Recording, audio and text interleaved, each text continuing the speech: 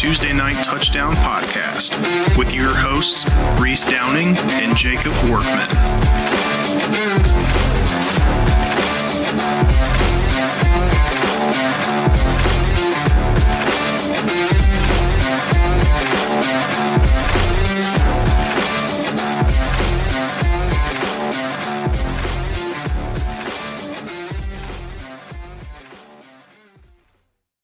What's up, everyone? Welcome to week 3 of the Tuesday Night Touchdown Podcast, NCAA edition. I am here with my wonderful friend, Reese. What's up? What's going on? Pretty solid week we just had. Yes, sir. It's 2 in a row. 9 of the games that we picked had spreads of 30 or more. That does not make things very easy. Thankfully, we're finally going to get into some conference play and get some of these spreads a little smaller. Last week, though, I was 17-11-1. You were 28-1.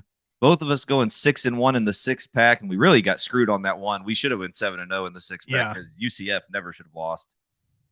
My lock was a miss. It was a bad miss. A&M got absolutely throttled by Miami. And you picked Colorado, which continued their spree beating terrible teams. Any thoughts on week 2 before we go? No, I mean, I think that lock miss, I think we're going to jump into here in just a little bit, but I think Jimbo's seat's getting a little hotter. For sure, especially after that. So we're going to start with what was arguably the biggest game of week 2. Texas was at Alabama. They went into Tuscaloosa, won 34-24, while quarterback Quinn Ewers, he went 24 of 38 for 349 yards and 3 touchdowns. Alabama quarterback Jalen Milroe, 14-27 for 255 and 2 touchdowns. Also threw 2 picks. On the ground, he had 44 yards rushing. Texas pulled away in the 4th with 21 points. Alabama's offensive line could not handle Texas's defense. They were very solid. And then Texas's wide receivers, I mean, we've talked. Texas has the roster. The roster showed up finally. My question for you, is Jalen Milroe the answer at quarterback for Bama? And also, what is the realistic outcome for Texas's season? Yeah, I mean, starting with Milroe, I don't know if he's the answer to replace Bryce Young. I mean, he did not start the game well last week. He went, I think, 8 for 15, 80 yards and a pick. He had a chance to bring it back after halftime in a close game, and he did end up scoring 2 touchdowns, I think, in the second half, but it didn't matter. Very clear that he's not Bryce Young, so let's start there. I don't know if that was really ever to be expected, but as his immediate replacement, that's who you're going to measure him up against. So, you know, the season started with Milroe, Buckner, and Simpson all playing for the starting role, and I wouldn't put it past Saban to put one of those other guys, or, you know, give one of those other guys a chance to step up, especially if Milroe doesn't turn it around. He has an opportunity to do that with USF, so we'll see what happens there.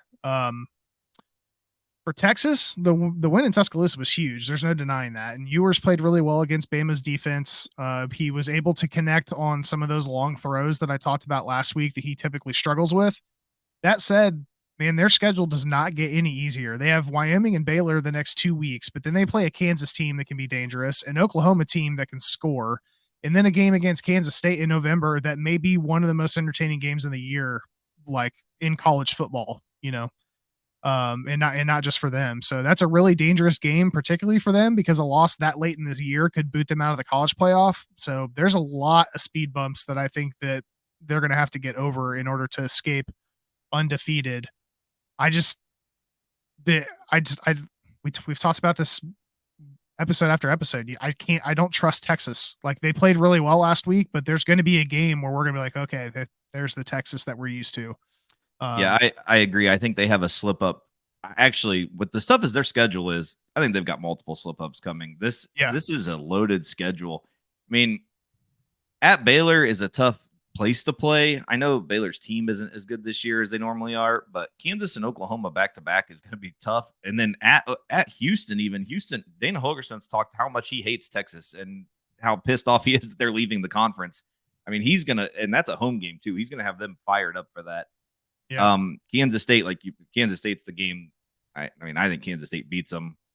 They do finish a little easier though at TCU, at Iowa State. I don't really think they'll lose either one of those, but the Texas Tech game could be dangerous to end the season also. But yeah, I'm with you on that. It's going to be a tough road for Texas. Yeah, for sure. So one of the other big games of the week, it was my lock, Texas A&M. They went to Miami. Miami basically, I mean, I know they scored 33 points, but Miami really shut them down. They had a lot of turnovers and they looked ugly. It was a huge win for Miami. Quarterback Tyler Van Dyke was 21 of 30 for 374 yards with 5 touchdowns. A&M quarterback Connor Wigman, 31 of 53 for 336 and only 2 touchdowns and 2 picks. He did have a rushing touchdown also. But the A&M defense gave up 451 yards to the Miami offense. You mentioned it a minute ago. Could the seat really be any hotter for Jimbo Fisher? And does Miami have a real shot at making the ACC championship?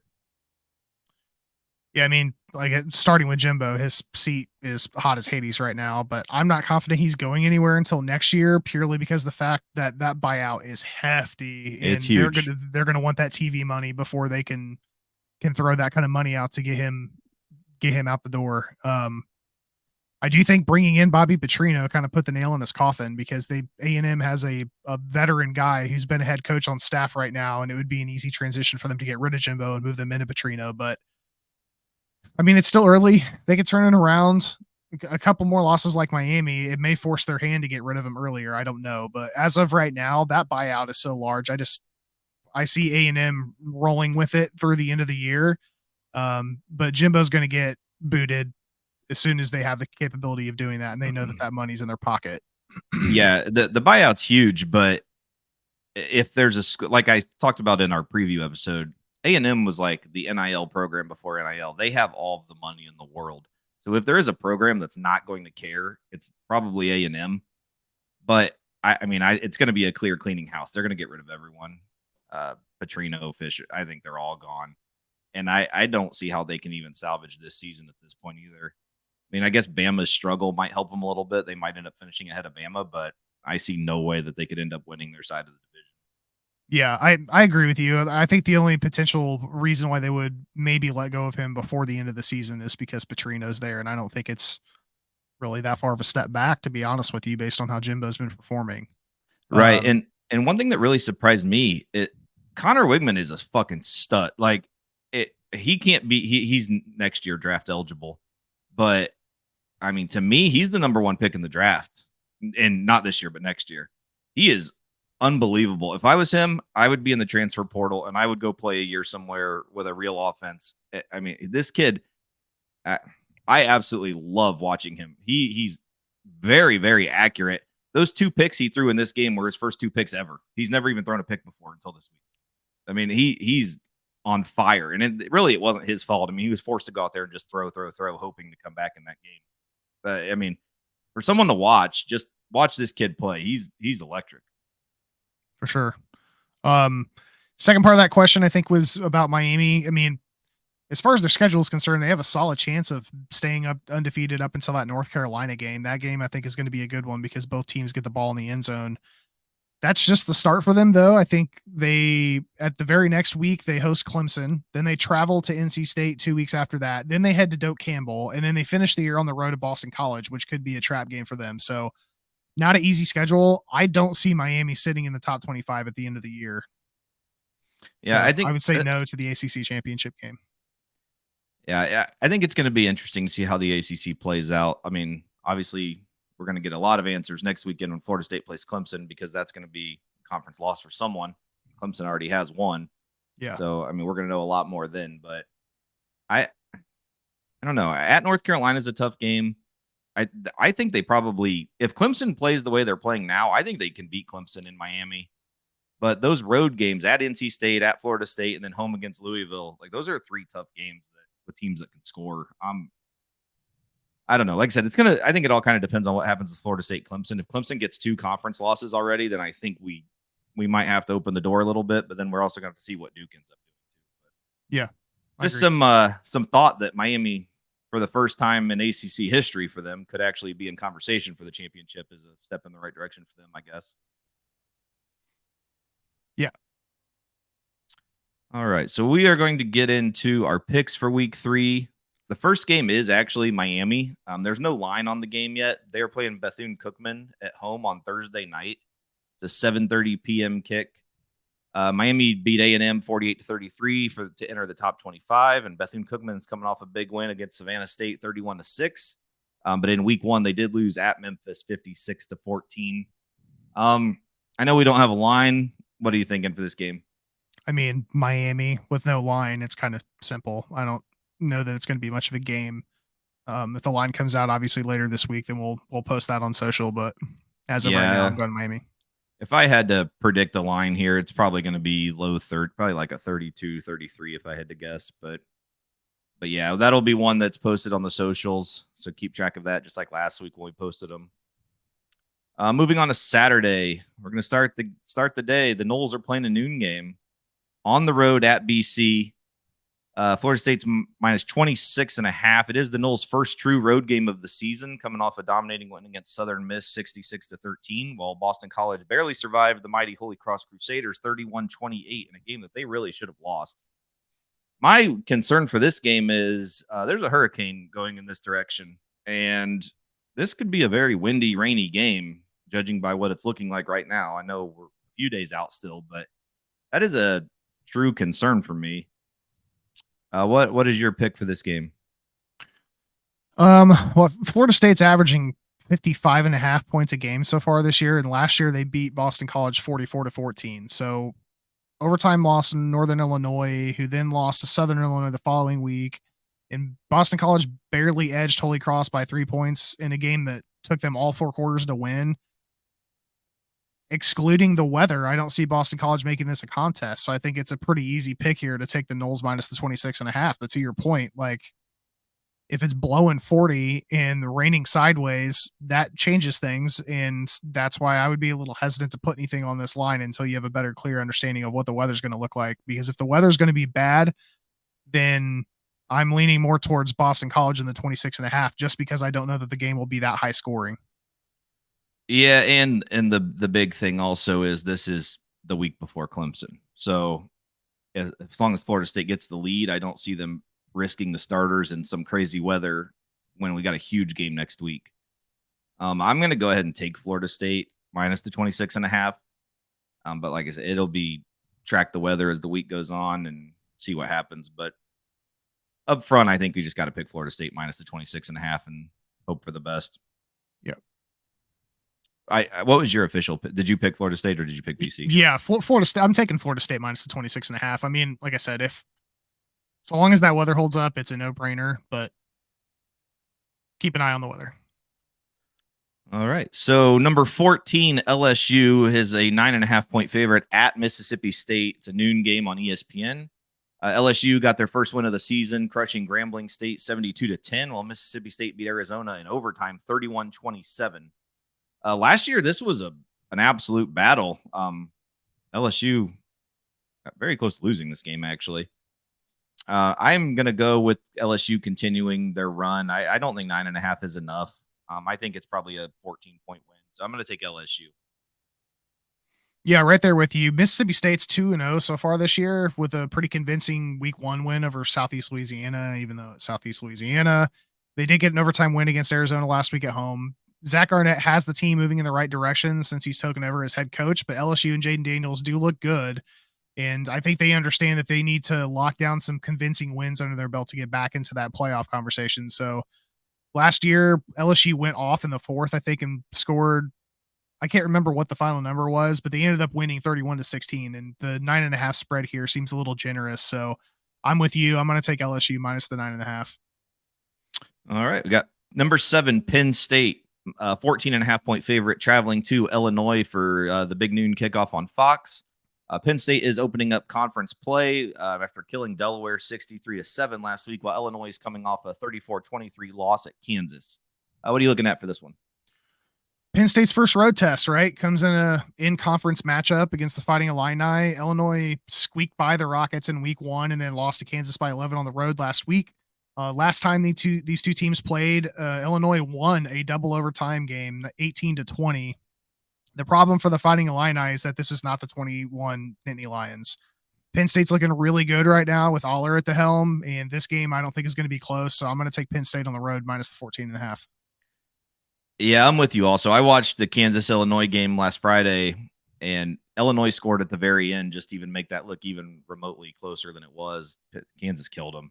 I like Penn State to go on the road and handle this one just like you. I'm taking the 14.5 with Penn State.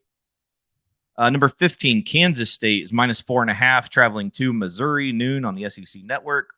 Kansas State beat Troy 42-13 last week, and what most thought would be a much closer game, but Kansas State actually came out and just throttled them. Missouri was in a battle with Middle Tennessee. They only won 23-19. I am going to keep riding my Kansas State team. I've talked about every week. I love this team. It's just going to keep rolling. I'm taking Kansas State. Yeah, KSU beat Missouri pretty handedly last year, 40-12, and that was at Kansas State. Wildcats currently have the best run defense in the nation. Add in Will Howard at quarterback. Kansas State's looking pretty good. Honestly, right now, I think they're one of the most underrated teams in the country. So add all that together with a line that's less than a touchdown. I'm rolling with Kansas State minus the 4.5. Yeah, I think Kansas State is a victim of preseason rankings. They, if we didn't rank until the season started, this is easily a top 10 team. I'd probably put them around 7 right now. They're very good. Moving on, our next team does not have a line. It's Weber State at number 12, Utah. It's 2:00 on the Pac-12 network, my favorite network. Utah won another game without quarterback Cam Rising at Baylor, 20-13. Weber State went 2-0, beating Northern Iowa 34-17. Big question again: will Cam Rising be back? The better question is, should they even bring him back this week? Because next week they do open up conference play with UCLA. You have any thoughts on this one? Bench Cam Rising and still win this game. Yeah, I'm with you. The one thing that Utah didn't do I mentioned the running quarterback. His last name's Johnson. I never can remember his first name. They didn't play him until the end of the game against Baylor, and once they put him in, they won. I don't understand why they're not playing this guy. He brings a lot more to their offense than the third string quarterback that's been playing. It's crazy. They're on their fourth string quarterback, but. Central Michigan heading on the road to South Bend. Notre Dame, number 9 in the nation this week, -34.5, 2:30 on Peacock. Notre Dame went to NC State, won 45-24, continuing to look very good. While Central Michigan beat New Hampshire in a shootout, 45-42. This is the last warm-up for Notre Dame before Ohio State heads into town next week. What are your thoughts on this one? Yeah, Central Michigan's coming in with a dual threat quarterback in Bert Emanuel Jr., but they also just gave up almost 500 yards to New Hampshire. I think Notre Dame does need to be careful coming into this game to not look too far ahead to the game next weekend, but I don't think the Chippewa defense is going to be able to contain Sam Hartman and the Irish, so I'm going to take Notre Dame minus the 34.5. Yeah, I just see it being a completely the offensive and defensive line for Notre Dame has been nothing but impressive, and I don't see how Central Michigan could even contend with that. I'm taking Notre Dame also. All right, so we're going to move to Western Michigan, heading on the road to number 25, Iowa, who is -28.5. It's 3:30 on the Big Ten Network. Western Michigan got smoked at the Dome in Syracuse last week, 48-7, while Iowa went to Ames and beat Iowa State 20-13, bringing the wonderful Cy-Hawk Trophy back to Iowa City. Could be a little bit of a look-ahead spot, though, because Iowa does travel to Happy Valley to play Penn State next week. Who are you picking for this one? Iowa wins this, but I think Western Michigan's going to keep it close enough. So I'm going to take the Broncos minus the 28.5 or plus the 28.5, I should say.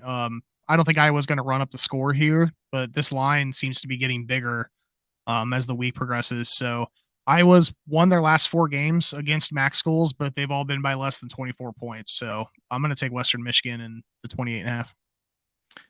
Yeah, this one just doesn't make a lot of sense to me because when's the last time Iowa's been favored by 28.5? I don't even know if they're capable of scoring 28. So it's kind of a crazy thought here. I'm going to take Iowa. I'm just going to assume Western Michigan's the worst team on earth if they're laying 28 to Iowa. So I'll take Iowa minus the 28.5 and just hope for the best on that one. San Diego State going on the road to number 16, Oregon State, minus 24.5, 3:30 on Fox Sports 1. San Diego State coming off a loss at home to UCLA 35-10, while the Beavers handled UC Davis 55-7. Who you got for this one? Yeah, the Beavers are playing really well so far this year, averaging 48.5 points per game so far, while they're only giving up a total of 23 points in the first 2 weeks. Aztecs have lost by 25 to UCLA last week. They barely beat Idaho State the week before. So I think Oregon State wins this convincingly. So I'll take the Beavers minus the 24.5. I am with you also. Give me Oregon State minus the 24.5. Northwestern is going to travel to number 21 Duke minus 18.5, 3:30 on the ACC network. Northwestern got their first win of the year, beating UTEP 38-7, while Duke continued their dominance, beating Lafayette 42-7. I'm going to just continue riding Duke. I like them minus the 18.5. I do not think Northwestern is good at all. Yeah, Dukies have won the last few head-to-heads here, although a couple of them have been within a touchdown. So Northwestern started the year with the slow-moving offense, but they turned it up a little bit last week against UTEP. I think Duke's going to win this game, but I think they're going to struggle to meet that 18.5. So I'm going to take Northwestern and the points on this one. All right. Number 19, Oklahoma, minus 27.5. Going to go on the road to Tulsa, 3:30 on ESPN2. Oklahoma pretty much controlled the whole game against the horse team, SMU, last week, and they won 28-11, while Tulsa went to Seattle to play Washington and got beat 43-10. I just watched Tulsa play last week. I watched the whole game. I think Oklahoma can do pretty similar things to what Washington did to them, so I'm going to ride with Oklahoma minus the 27.5. Yeah, a little familiarity here because Tulsa's coach was an assistant coach at Oklahoma from 2002 to 2010. I don't think that's going to help them here. Tulsa just lost to Washington by 33, and I think this can end up being a similar game. So I'm going to take Oklahoma here to get back to that week one offense and cover the minus 27.5. All right. So number 10, Alabama, minus 31.5, traveling to USF, 3:30 ABC. Bama's coming off their first loss of the season, losing to Texas 34-24, while USF got their first win of the season against Florida A&M 38-24. It's an interesting road trip for Bama. They don't play a whole lot of road games non-conference, but judging by what it is, I'm guessing it's more to appeal to some recruits in Florida and the Tampa area. I think it is a bounce back for Bama. I'm going to take them to cover. I don't like this pick at all, just because from what I've seen, I'm not sold on Alabama at all yet, but I am going to pick them. Yeah, I feel bad for USF because Alabama's going to come into this game pissed off. And to your point, they are coming into Florida to play this game likely for no other purpose than to tease some recruits that are in the Florida area. So I don't think, we just talked about this, I don't think Jalen Monroe is necessarily the long-term answer to lead this team like we talked about, but I do think that this team is going to bounce back here. I think Alabama is going to come out trying to make a statement, and they're going to take out their frustration on USF. So I'll take Bama minus 31.5. All right. So South Carolina is heading to number 1 Georgia, minus 27.5, 3:30 on CBS. This is the South Carolina Gamecocks. This isn't South Carolina School of the Blind or School of the Deaf or any other school that Georgia's been playing the last few weeks. They're actually playing a real team. Scheduler screwed up on that one. Yeah, exactly. I don't think this was supposed to be on the schedule. South Carolina got their first win of the season against mighty Furman last week, 47-21. While Georgia put the thrashing on Ball State, 45-3. This is both teams' first SEC game. Who do you like for this one? Yeah, Georgia's won the last 3 meetings by 30 points on average. I have a feeling Georgia's defense is going to get after Rattler. South Carolina has put up some points this year, but it's been against those subpar teams. So I'm taking Georgia minus the 27.5. Yeah, I know a few years ago, South Carolina went to Georgia and gave them, I don't remember if they ended up winning that game. I know they gave them one hell of a game, and they were running trick play after trick play, doing anything they could to possibly stay in that game. I think they won that game that year. But, and I think Beamer's going to come out with the same thing. I'm sure we're going to see every trick imaginable and anything possible just to beat this team. I'm still taking Georgia minus the 27.5. I think their defense is going to end up killing Rattler. So, Georgia it is. We'll see what happens. I do find it interesting. They're keeping the line under 28, though. I think they're doing that for a reason. So I think Vegas is trying to beg people to bet Georgia here. So maybe they know more than we do. Minnesota on the road, number 20, North Carolina, -7, 3:30 on ESPN. PJ Fleck kept the boat rowing last week as Minnesota beat Eastern Michigan 25-6, while North Carolina was in a war with App State, and they finally got the win in double overtime, 40-34. Who do you like for this one? Yeah, this line being 7.5 makes it a little tougher to call, even with North Carolina being at home. Drake May's been playing really well, and he's getting supported by a really strong running game. Minnesota does play physical Big Ten football, but UNC's at home, and I think that gives them a little bump. So I'll take the Tar Heels minus the 7. I am with you. I just because I watched that Minnesota Nebraska game, that ruined all my hope I had of either of those teams this year. So I'm gonna take North Carolina -7. I think they have the better. Well, they obviously have the better quarterback, but I think they've got the better roster too. Western Kentucky's traveling to number 6 Ohio State -27.5 at 4 on Fox. Western Kentucky, also known as the Towel Team, their high-powered offense comes in at 2-0, beating Houston Baptist 52-22. While the Buckeyes are 2-0, beating the Penguins of Youngstown State 35-7. I have not been impressed with what I've seen from Ohio State yet, and I love what Western Kentucky's offense is very fun to watch, and I think this might be one of those games where they come out and score a little bit early. I am actually going to take Western Kentucky to cover this. Okay. Yeah, Buckeyes offense looked much better last week. Kyle McCord got named the starter today officially. I think Day released that, and him and Minnie Marvin were connecting pretty well in this last game. The game is in the shoe. Ohio State's defense has only given up 10 points so far this year. Just like I just talked about with Notre Dame, though, if Ohio State gets caught looking too far ahead into the next week's game against Notre Dame, this could be a closer contest, but I'm going to go ahead and roll with the Buckeyes minus the 27.5. All right. So number 8, Washington Huskies -16.5, traveling to Michigan State at 5:00 on Peacock. Washington's going to take their air assault on the road for the first time this season after beating Tulsa 43-10. Michigan State did win their game last week against Richmond 45-14, but the bigger story is head coach Mel Tucker being suspended without pay after his sexual harassment allegations. Michigan State is already negatively looked at in the public eye because of Larry Nassar. And now this comes out with the news that the school's known about it for 10 months. Like, what is going on here? Sometimes bad situations will get the players to rally and play hard, but to me, this is the opposite. I think this is more of a, like, how the hell do we get out of here situation for the players? Like, I think this is a transfer portal thing. I don't know. I don't see a lot of players hanging around after this. My main question before we get into the pick is how do you think Michigan State fans continue to support this school? I have no idea. I don't know how fans support it. I don't know how alumni admit that they went to Michigan State. Like, I know that this is an athletics thing and one person doesn't speak to the program, but when you find out that program knew about it for 10 months and didn't say shit, right? Like, that Mel Tucker should be the one of the many people that should be getting suspended and or fired out of this equation. Like, you can't know about something like it's the same bullshit that happened with Penn State. Yep. Having so many people know about it and doing nothing, like, that is culpability in what's going on. Like, yep. I don't understand it. I don't know how there's not been more action. I don't know how Michigan State fans can swallow this. It sucks to be a Spartan right now. That's all I can say. Yeah, and I know it's not the players' fault. Like, I mean, they have nothing to do with this, but I mean, the school, they definitely have some accountability issues here. Like, you can't just know about this and tell no one, and then let him coach 2 games. Like, you got Michigan doing self-imposed bans, hoping to save their coach, and you got Michigan State hiding this. And this is way worse than buying a kid a hamburger or whatever the hell Harbaugh did. That was ridiculous. He shouldn't even be in trouble for it. Yeah.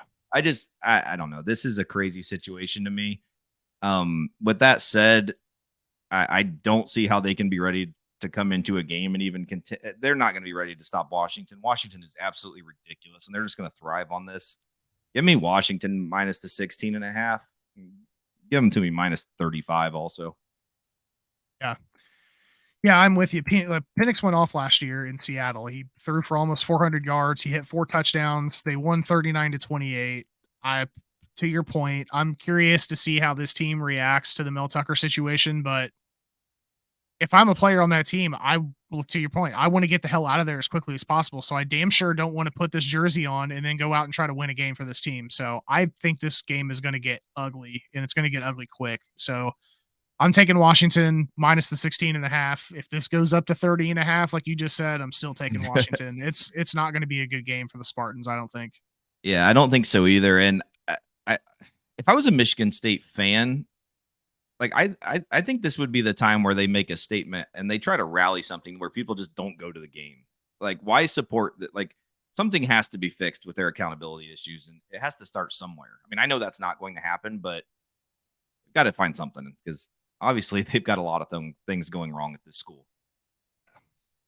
Our next two games have no lines. They'll be posted on the socials later in the week. It's North Carolina Central at number 24, UCLA, 5 o'clock on the Pac-12 network.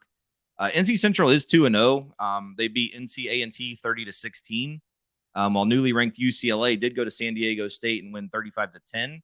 They did finally play the freshman quarterback I've been talking about for a couple weeks, Dante Moore. He got the start, went 17 of 27 for 290 and 3 touchdowns. Sounds like he's going to be getting the start again this week against NC Central. There's no line on that one. Probably have to assume we're taking UCLA, but we'll see when the picks come out. I'm guessing you're feeling the same way on that. Yeah. Northern Colorado is going to go to newly ranked number 23, Washington State, 5 o'clock on the Pac-12 network. Northern Colorado is coming in 0-2 after losing to the big Incarnate Word 42-7. Washington State moved to 2-0 after a huge win at home against Wisconsin 31-22.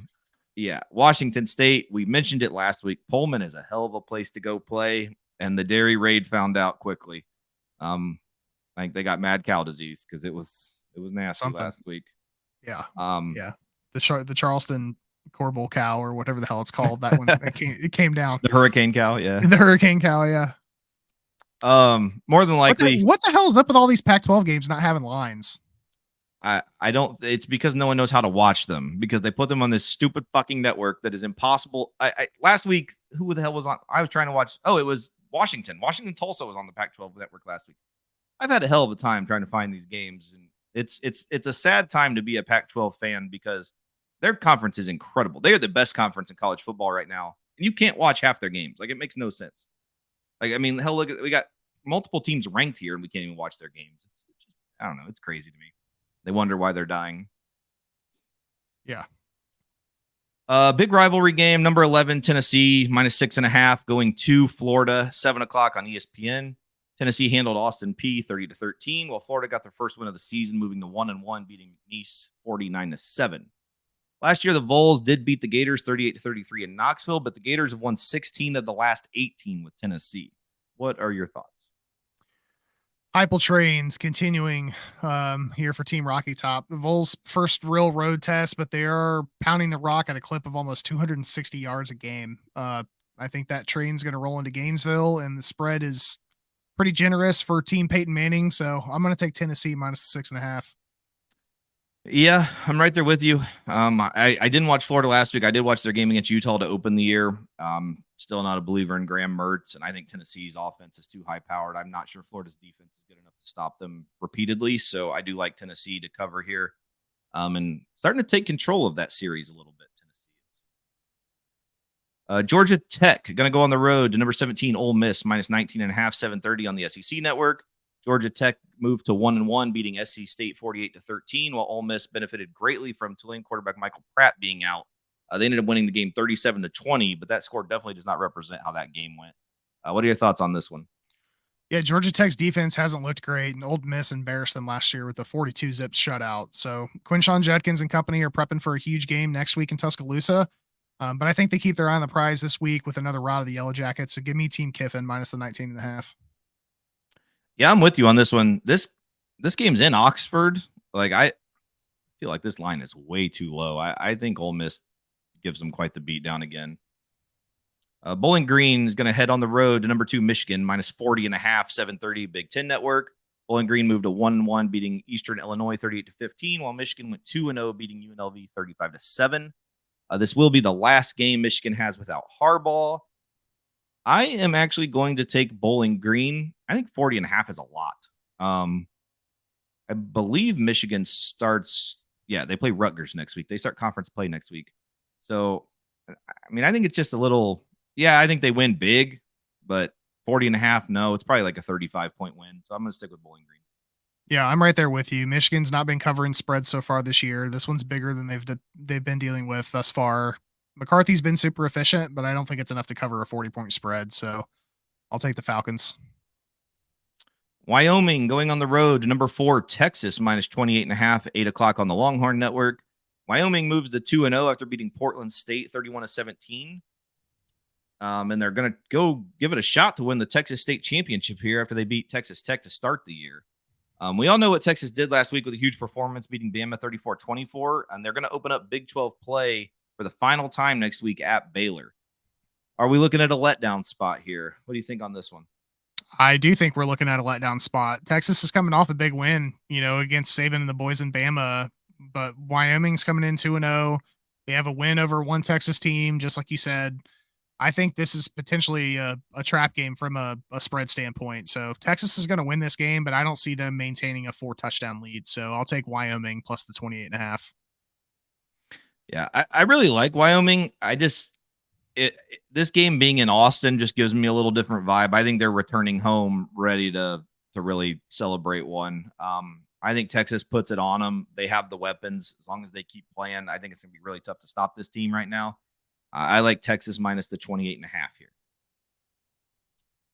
Another game on the Pac-12 network. I don't know why we're doing this. Hawaii at number 13, Oregon, minus 37.5 at 8 p.m. Got 4 ranked teams in the conference, and no one on earth is going to be able to watch them play. Makes no sense. Hawaii got their first win of the year, moving to 1-2 after beating University of Albany 31-20.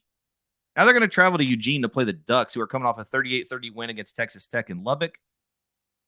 I think the big story here is next week, Dion and Colorado are coming to Eugene. What are your thoughts on this one? Yeah, I mean, I feel like Hawaii's already played like half a season. I feel like it's weird. I know. Rainbow Warriors have had a rough start. They're allowing 36 a game. They can't run the ball to save their life. Meanwhile, the Ducks are the top scoring team in the country so far. I don't think it's going to be an 81-point win like they did against Portland, but I do think Bo Nix and the Ducks are going to get a solid victory here. So prepping for hosting prime time in the Buffaloes next week. Give me Oregon minus the 37.5. Yeah, I'm with you. I'm going to take Oregon here also. I just think the offense continues to roll. Hawaii's defense is not going to be able to stop them. So speaking of the tune-up game for Oregon and Colorado, now we're going to move Colorado State going on the road to number 18, Colorado, minus 22.5, 10 o'clock on ESPN. Colorado State's going to enter the rivalry game 0-1 after losing to Washington State 2 weeks ago, 50-24. Colorado moved to 2-0, beating Nebraska 36-14. Colorado State, little interesting story. They're going to go with redshirt freshman quarterback Braden Fowler Nikolsky after starter Clay Millen was hurt against Washington State. Millen is back healthy, but they've announced they're going to go with the sensational freshman, I guess. This is the last game, like we just mentioned before. Colorado will start to play some real teams because Oregon and USC are on the horizon. Who are you taking in this one? Team primetime, baby. I love watching these guys play. They've won the last 2 meetings against Colorado State by an average of 26.5, and that's before primetime showed up. And like we just talked about, they do have a massive game coming up this weekend. So I think they are going to look at this and use it as a tune-up game before meeting the Ducks. So I'm going to take Colorado minus the 22.5. And one other thing, I don't know if you've looked at Colorado Stadium, but somebody needs to buy them a Walmart TV so they can replace that tiny ass Jumbotron, if that's what you want to call it. Yeah, that thing is a rinky dink. Yeah, I don't. It's bad. I think they put that in 1920. It's never grown. I think so. It's a CRT TV sitting on top of the stadium. So I'm with you. Who the hell makes this decision to play a redshirt freshman quarterback in this game? Like, unless this guy comes out and is just Jesus, which I don't think is going to happen. It seems like terrible decision making. Give me Colorado minus the 22.5. I'm not a Colorado hater. I am very skeptical of them though. And next week, I think will be a good week to have a little bit more of a discussion on what's upcoming for this team because they're finally going to start playing some teams that are worth a damn. I still am not sold on this team. I do love Shedeur. I think Shedeur is great. He's probably moving into the number 2 quarterback. I think I would take him over Drake May right now. But Caleb's ridiculous, so I'm still taking him number 1. But yeah, Shedeur is doing great things. I like to see. I can't wait for him to play. Unfortunately, USC is not the team that we're going to see play defense against him, so it'll be a little later in the season. But got some upcoming things where we're really going to see what Colorado is made of soon. So that is going to wrap up our top 25. We're going to move into the 6-pack. Starting it off, Iowa State -3 at Ohio. It is a noon game on ESPNU. Iowa State lost the rivalry game to Iowa 20-13 to go to 1-1, while Ohio went to Boca Raton and beat Florida Atlantic 17-10 to move to 2-1 on the season. And we really all know they should be 3-0. They should have beat San Diego State in that first game if they didn't lose their quarterback. What are you thinking for this one? Well, first I thought Boca Raton is just where people went to go retire. I didn't know there was a football team there. And where coaches come back to life. Like that's what Lane Kiffin right. and now Yeah. Herman's there. Like the coaching revival. Yeah. I think Iowa State's defense here is going to hold Ohio in check. So I'll take the Cyclones minus the 3. Well, as far as I've seen, Ohio is healthy. I find it interesting that Iowa State is going to Ohio to play. I mean, I know it's not a raucous environment, but I'm taking my Ohio team. I want them to cover, and I think they win this game outright. I think it's a win for Ohio here. Next, unfortunately, we do not have a line for this one. Our mighty Cardinals. We don't need one. We'll make one up. We're just going to make up a line and say to hell with it. So Indiana State is going to Ball State, 2:00 on the Plus, ESPN Plus. Who needs real TV for this one? Indiana State goes to 0-2, losing to IU 41-7. They've been outscored 68-7 on the year now, traveling to the mighty Muncie, Indiana, home of Pizza King Pizza, where the Cardinals will make their much-awaited home debut after returning from Athens, Georgia. That is where they got killed, 45-3 by Georgia. Couple questions here. Who's going to be the quarterback for Ball State? We're going to continue to see Caden Simonza, or will it be Lane Hatcher? Neither really have put up outstanding numbers so far, but they also played 2 SEC defenses. What are your thoughts on this one? Let's make up a line. Let's go Ball State minus 25. Wow, you're making it hard on me. Well, Ball State's going to score like 60. So, I don't know, man. It's hard to judge where this Ball State team is at right now because they started the season playing 2 SEC defenses. Exactly. Caden Simonza looks like he could be the starter for this team. I don't really want to put too much judgment on the fact that he threw 3 picks against Georgia because it's Georgia. So, and one was the craziest interception in the history of football. Yeah, and one of them was a ridiculous interception for sure. So, yeah, I mean, I don't know what the true line is here. Obviously, I'm going to pick Ball State to win. The real question for me is going to be, we're into week 3 now. Like, we need to solidify who's going to be the starter here. Going this back and forth shit's not going to work because the team's never going to find any cadence or momentum. So, I think Lane Hatcher probably gets the start. I think that if they are not winning by at least a touchdown going into halftime, if not sooner than that, I see Caden Simonza stepping back in. And yeah, I mean, at that point in time, like I would just roll with Simonza if Hatcher's not going to be serviceable. But again, I don't think we can really judge either one of these guys until we get into some more competitive play. So we'll see what happens. Yeah, I'm with you on that. And I think the one thing we can take out of this is if Indiana State happens to win this game, I think we're really talking about the hot seat for Mike New, like we talked about at the beginning of the year. Yeah. I think this might be one of those games that they definitely need to win. I don't really think they need to be dominant or anything. I just think they need to win. So we'll see what comes out of this one. When we get a line, it'll be on the socials like normal. You know, there is an offensive coordinator and quarterbacks coach sitting at Vanderbilt right now that I think would be a perfect position to take over the head coaching job. Just throwing that out there. Yeah, I agree. I honestly though, I think he's too good for that. I think he could. I think he's ready for a bigger step. There's also a coach at Delta High School right now that would also be a good fit. Yes, I am for Coach Ovi to Ball State. Let's see it happen. I'd love it. So Syracuse minus 2.5 going on the road to West Lafayette, Purdue, 7:30 on NBC. Cuse traveling, coming off a thrashing of Western Michigan, 48-7, while Purdue returns home after beating Virginia Tech 24-17. In a game, I truly thought this game was never going to end. This game started at noon and ended at 9 p.m. Like it was, I've never seen a game like this in my life. It was crazy. They thought about canceling it at one point. They played it 9 hours, but it happened.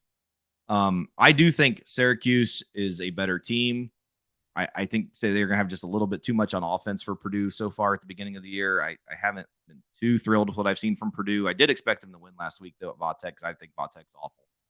I think Syracuse does take it, though. I think they cover minus 2.5. Yep, I'm with you. Team Carmelo won this game last year by 3. Orange have been putting up points on the board so far this year. I don't think this Boilermaker team is going to be able to keep up with the scoring. So I'll take Garrett Schrader in the orange minus the 2.5. All right. So speaking of coaches going on the hot seat, we got the backyard Ooh. brawl. Pitt minus 1.5 at West Virginia, 7:30 on ABC. Pitt did lose to Cincinnati last week, 27-21, and they're traveling to Morgantown to face West Virginia, which we got to at least say it. They did handle their business against Duquesne, 56-17, keeping Neil Brown safe for one more week. Who are you taking there? I mean, I don't know. Pitt's coming off a loss against Cincy. West Virginia's coming off a win against the Dukes. Neil Brown is, I think, 2 losses away from getting shit canned. So I think this game weighs a little bit more heavily than it typically does as far as backyard brawls go. I think when he got the job, there was a lot of hype around it, and I think he fit in well. But it's been 5 years; he's not turned it around. So I think they are just looking for a reason to say it's time to go. So I'm going to take Pitt minus the 1.5. I know this line is flip flopped from West Virginia to Pitt. Before the line flipped, I was taking Pitt anyway, but now that they're getting the 1.5, it just kind of makes it easier for me. So I'm going to go with Pitt minus the 1.5. Yeah, I'm with you. I'm taking Pitt minus the 1.5. I think this is going to be a great environment, though. The West Virginia, their home crowd does not mess around, like we've talked about. They're going to have at least 7 hours of moonshine drinking to get ready for this one. They probably will need it because who knows what it's going to look like. But I do like Pitt to win this and get 1 foot out the door for Neil Brown.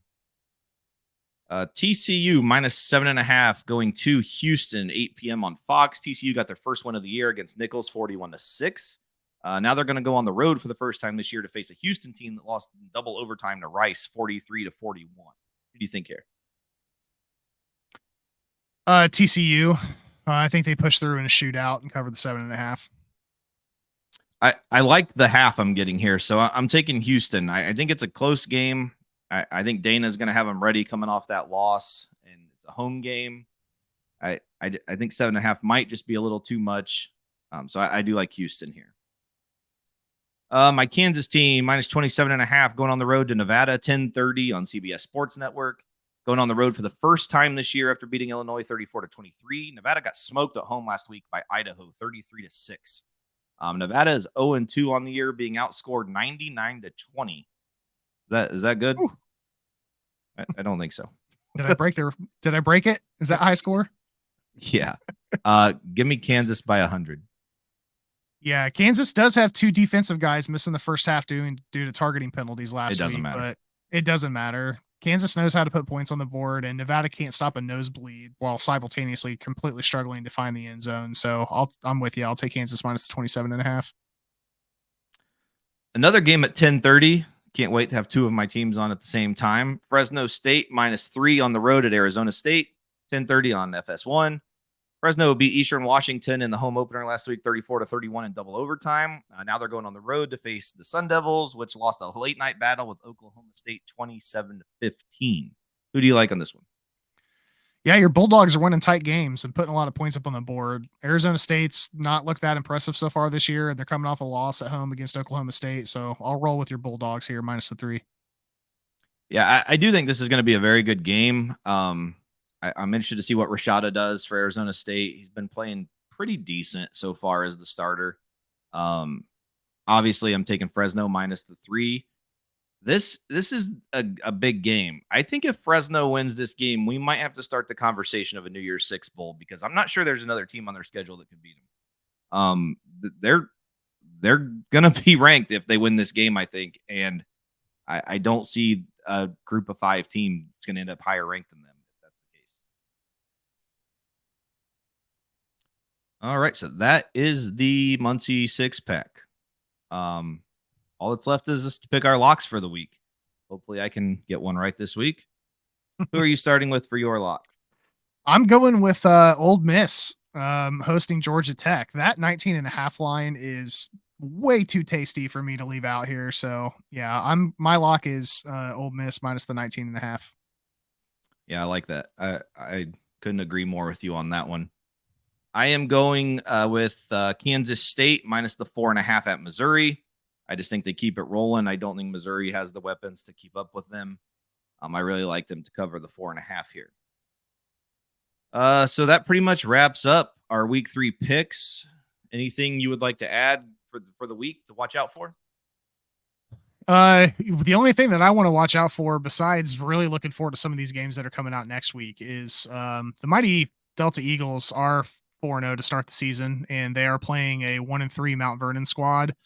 Coach Ovi's got this team playing defense really well, and I'm looking forward to seeing them start the season 5-0. So I figured we'd give them a little shout out. Yeah, definitely. I watched the game last week against Yorktown. It was an entertaining battle. Got a huge win. I know Ovi loves beating Yorktown, so it's awesome. Mount Vernon, the last few years has been very good. So I haven't looked at their schedule. I don't know if it's something where they've been playing really tough teams or if they just lost a lot of guys. But yeah, definitely want to keep the Eagles rolling Friday night. I believe it's at Mount Vernon. That's correct. Definitely would like to see them come out with a win there and keep this season going. Maybe even take the conference this year. Yeah, the Mount Vernon. They're putting up points. I'm looking at it right now. They've lost to Noblesville, Greenfield Central, and New Pal. Last week's game, they lost New Pal 63-39.